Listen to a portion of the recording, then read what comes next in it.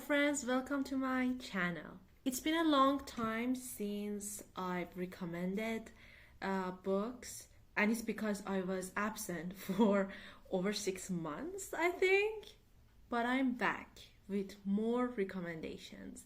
Now, this year has not been a very good reading year for me. I think I just gave 5 stars to three books so far, and I have not read a 5-star book since the beginning of the year, so it's kind of disappointing, but we have time. Maybe I'm going to find good books by the end of the year, who knows, right? But yes, there are a few books that I read that I really wanted to talk to you about and come here and recommend. And now that I'm back, let's talk about them. Let me recommend them, and if you've read them, tell me your opinion, or if you want to recommend me books, please do. So let's start. One book that was quite different for me this year was The Thorns Remain. Okay, so let me talk about the trope. It's an enemies to lovers trope, but it's kind of different from other tropes. By the way, I am looking at myself, and I think the lighting is not so good, but it's because outside the weather is so cloudy, and I'm sorry because of the lighting. Anyways, so it's enemies to lovers trope, which usually is about like a girl or a boy moving to a new high school, and they are enemies, or I don't know, they are in this different families and something like that. But it's not like that at all. It's actually the characters are a little bit older than usual books, and so it's about this guy who has a daughter, right? But his wife has cheated on him with this millionaire guy, and I think the CEO of the company that she was working in. And the guy, the CEO, has also a wife. So the man that got cheated on, our main character, he's like, okay, so I got cheated on with this guy, I might as well go and do the same to him so he understands how I am feeling. And the story starts from there. And it was quite interesting. It was a slow burn. I don't remember how many stars did I give this. I gave this book. I'm going to put it here on the screen.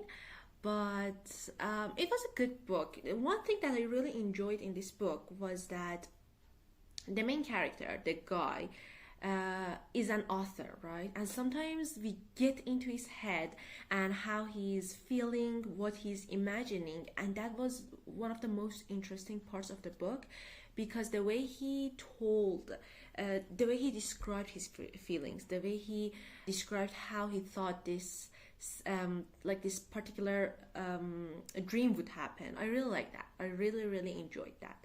So I would recommend for you to read it. The next book is actually recommended by More to Mary, and I remember reading this book and thinking that nobody's talking about this book. Why? And then More to Mary talked about it, and that's The Love of My Next Life. And it's a duet, and it's a very good book, especially if you're in a reading slump. It's a very good book to get you out of it. It's enemies to lovers trope. Okay, so it's about this girl who, don't ask me about their names, okay? I don't remember their names, but it's about a girl who is best friends with another girl. They are best friends forever. However, the best friend has a little bit of a toxic trait, but you should read the book to understand what I mean. But the friend has a brother whose name I think I pronounced entirely different throughout the book. And the brother always hates the main character. We don't know why. She doesn't know why. And it all starts from there. And it's such a good book, slow burn. I think the second book compared to the first one was a little bit of a downer, because the first book just starts off very strong. I really liked it. But however, I enjoyed this duet so much. Also, the two main characters, the boy and the girl, both of them are artists. The girl is a painter and the boy is a sculptor. And they express their feelings through their art. And there are these scenes that they don't even communicate, but they sit beside each other and the girl paints and the boy just sculpts. And I could vividly imagine them doing it, sitting side by side, not talking but expressing their feeling to each other by art. And I loved it so much. And yes, another book that I read last year, and because I was absent I didn't talk about, is Weeping Girl. Now let me talk about this book. I had this book in my TBR for a very long time, right? The idea is very interesting. It's about a boy who's an orphan, right? And he's very young, and one day he's in this orphanage and somebody comes, right? Somebody comes and says, "Hey, I'm gonna be your guardian. I am adopting you." And he's like just so happy. This person, this boy, always had like a darker side rather than the other kids. Like he was always a little bit more violent, more aggressive, and I think it had a reason that I don't remember. But yes, he gets adopted, but it's not a family he's going to. It's not a home that he's going to. It's actually an organization that takes orphan boys and turns them into fighting machines, to killing machines. And in order to control them, they give them like a girl as a gift, as a friend, as someone to talk to, okay? And whenever these boys want to do something out of line, to do something against the rules, they will punish the girls. Like they will punish the boy, but if he continues to do that behavior, they will punish the girls. And that's how they keep them in control, keep them in line, right?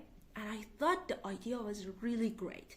And I loved 60% of the book, but after that 60% something happens and the situation changes, which is good.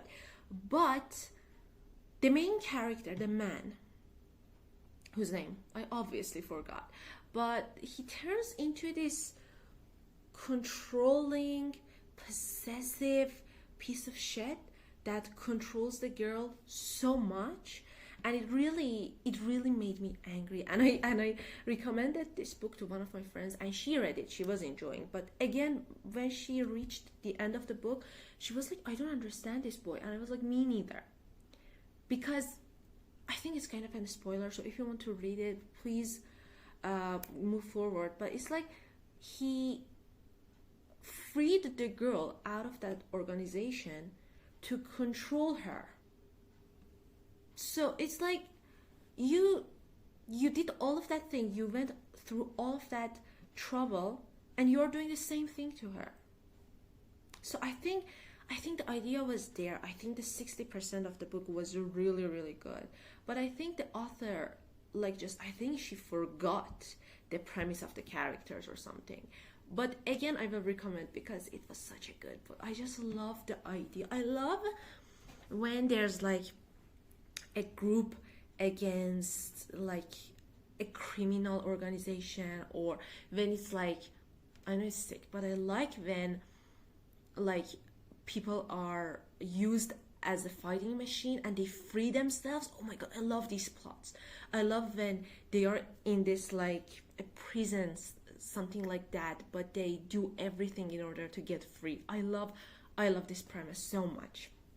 Now the next book this book, girl. I think again this is a duet. It's called Almost Him, and I have not read the second book yet because I was so overwhelmed with emotions. Now this is your typical they are friends to lovers book, but it's not about just those two characters. It actually moves very fast. So it's about a girl and a boy that are in love, right? They're in love and they get separated for a time. But before they get separated, the boy is like, by the way, the boy is a twin, so he has a twin. Keep that in mind. Before she moves away, I think she moves away to go to college. But before she moves away, the boy is like, hey, we are going to find our ways back to each other. I know this. We are meant to be with each other, right? So the girl comes back after college and they see each other and it goes on and on. And something happens in this book that I was like, I thought what's going to happen? I thought I knew this plot, but I didn't. There was something, a twist happened in the middle of the book. And then we continue, and again, another big twist by the end of the book. And it was so big, so overwhelming that I have not read the second book yet, and I don't know when I will read it, because it's so heartbreaking, so heartbreaking, and I cannot say anything because I'm going to spoil it. Please go read it, and maybe in another video I'm going to talk about it in details and how I felt about the characters and stuff. But it's a good book. It hits all the cliche, but it breaks free. I love it so much. The next book that I really also liked, it's a thriller, it's a mystery from the woman herself that we all know, Agatha Christie. Now, I know some of you will think that, hey, I read 2 or 3 Agatha Christie books and I know basically the whole story, the whole book. Like, you kind of get the formula after 1, 2, 3 books, right? But this book, And Then There Were None, is a little bit different. It's about 10 very different people, right? So they are invited in this Ireland for a holiday by someone they met years ago. But when you read, you are like, how did these people meet the same person? Because like they are very different people, and you think like, who was this person that was similar to all of them, that could relate to all of these people, right?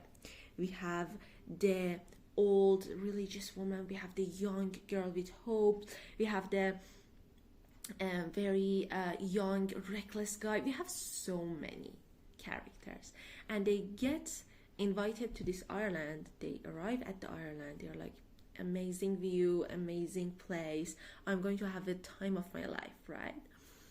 And nobody's there, and they are waiting for the host. But after dinner that night, there's a recording that says, all of you are murderers and all of you are going to be executed as you deserve. And they are trying to find a way out of this island. They are trying to see who's doing this. Are they really guilty or no? And this was a very, very good book, and I really, really enjoyed it. Now, let me talk about something. I am sure you have heard about Haunting Adeline all over the internet, and I tried to read the ebook, and I read 2-3 pages. I think I read a chapter, and I was not that into it. But thanks to Instagram, some of the parts got spoiled for me. Now let's talk about it. There's this premise that the guy, I think, is a hacker that helps women that got trafficked, right? So I think he saves women, which I love. I love the premise. If you know any books with this premise, that a bunch of an organization is going to like help them or something, like, if you know any book by this premise, please tell me. I love this premise. But the boy is a stalker, and that's creepy.